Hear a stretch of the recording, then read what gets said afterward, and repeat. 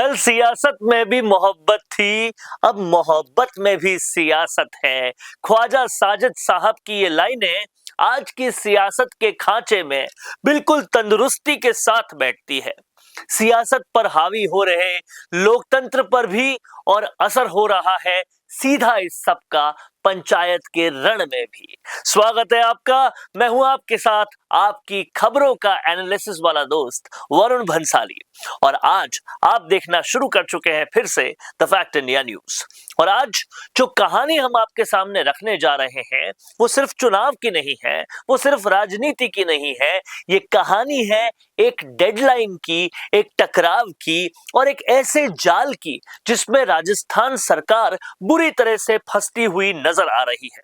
सोचिए, अगर कोर्ट कहे 15 अप्रैल तक चुनाव करो और उसी सिस्टम के अंदर से कोई कह दे कि 22 अप्रैल तक तो तैयारी ही नहीं होगी, तो फिर सवाल ये नहीं रह जाता कि चुनाव कब होंगे। सवाल ये बन जाता है कि क्या चुनाव जानबूझकर टाले जा रहे हैं। चलिए थोड़ा सा पीछे चलते हैं। 14 नवंबर 2025 को राजस्थान हाई कोर्ट ने साफ आदेश दे दिया कि 15 अप्रैल 2026 तक पंचायत और निकाय के चुनाव करवा दिए जाए। उस समय थोड़ी राजनीति हुई, बयानबाजी हुई और मामला ठंडा पड़ गया। लेकिन जैसे जैसे मार्च खत्म हो रहा है और अप्रैल पास में आ रहा है, वैसे वैसे राजस्थान की राजनीति की गर्मी और बढ़ती जा रही है। अब असली ट्विस्ट यहां से शुरू होता है। एक तरफ हाई कोर्ट की डेडलाइन 15 अप्रैल की है और दूसरी तरफ राज्य निर्वाचन आयोग ने वोटर लिस्ट फाइनल करने की तारीख रख दी है 22 अप्रैल। अब जरा आप खुद सोचिए, जब वोटर लिस्ट ही 22 अप्रैल को फाइनल होगी तो 15 अप्रैल से पहले चुनाव की तारीख कैसे घोषित हो सकती है।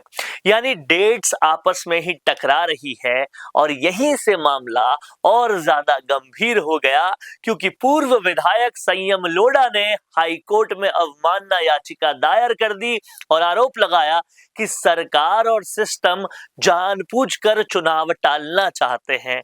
अब अगर कोर्ट को लगा कि आदेश की अनदेखी हुई तो यह मामला सीधा कंटेम्प्ट ऑफ कोर्ट बन सकता है। अब सरकार की दलील क्या है? ओबीसी आरक्षण की रिपोर्ट अभी तैयार नहीं हुई, कई जगह डेटा गड़बड़ है। कुछ रिपोर्ट्स में तो 400 ग्राम पंचायतों में ओबीसी आबादी 0 बताई जा रही है। अब अगर डेटा ही सही नहीं है तो आरक्षण कैसे तय होगा, और अगर आरक्षण तय नहीं होगा तो चुनाव कैसे होंगे। लेकिन यहीं पर गेम चेंजर आया जब राज्य निर्वाचन आयोग ने यह कह दिया कि हम चुनाव करवाने के लिए तैयार हैं और अगर देरी होती है तो पंचायत राज विभाग की है। यानी आयोग ने अपने हाथ खड़े कर दिए। इतना ही नहीं, एक और बड़ा सुझाव भी सामने आया था जो हमने आपको पिछले वीडियो में भी बताया था कि अगर ओबीसी आरक्षण तय नहीं हो रहा है तो सीटों को सामान्य मानकर भी चुनाव करवाए जा सकते हैं। यानी मध्य प्रदेश मॉडल लागू हो सकता है।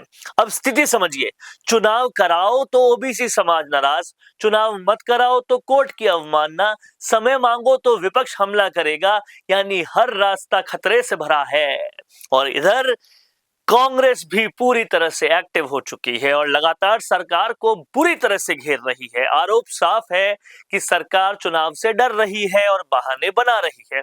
अब नजरें टिकी है सीएम भजनलाल शर्मा पर, क्योंकि सरकार पहले ही कई मुद्दों पर घिर चुकी है और अब ये पंचायत चुनाव का मामला भी बड़ा संकट बनता जा रहा है।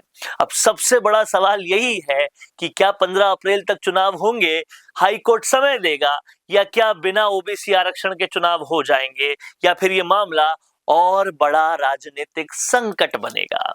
अगले 10-15 दिन राजस्थान की राजनीति के लिए बेहद अहम, चिंताजनक और कहीं ना कहीं भयावह भी होने वाले हैं, क्योंकि या तो सरकार चुनाव कराएगी या कोर्ट के सामने जवाब देगी, और अगर दोनों में से कुछ ही नहीं हुआ तो फिर जो होगा वो राजस्थान की राजनीति को हिला सकता है। आप क्या सोचते हैं? क्या सरकार सच में चुनाव टालना चाह रही है या वाकई मजबूरी है? कमेंट में जरूर बताइएगा। वीडियो को लाइक भी कीजिएगा, channel the fact India news को सब्सक्राइब भी कीजिएगा। रुकिए और जरा ध्यान से सुनिए। क्या आप हमारी इन खबरों से अपने व्यापार को भी बढ़ाना चाहते हैं? तो आप भी खबरों के दौरान इस तरह के एलिमेंट्स पर अपना विज्ञापन दे सकते हैं, या फिर ऐसे खबर के 1 मिनट बाद अपना पूरा विज्ञापन डलवाएं जो कि 8 लाख से ज्यादा सब्सक्राइबर्स और फॉलोअर्स वाले द फैक्ट इंडिया चैनल्स और पेजेस से राजस्थान के कोने कोने में पहुंचेगा और इससे आपका व्यापार, ब्रांड सब कुछ बढ़ेगा।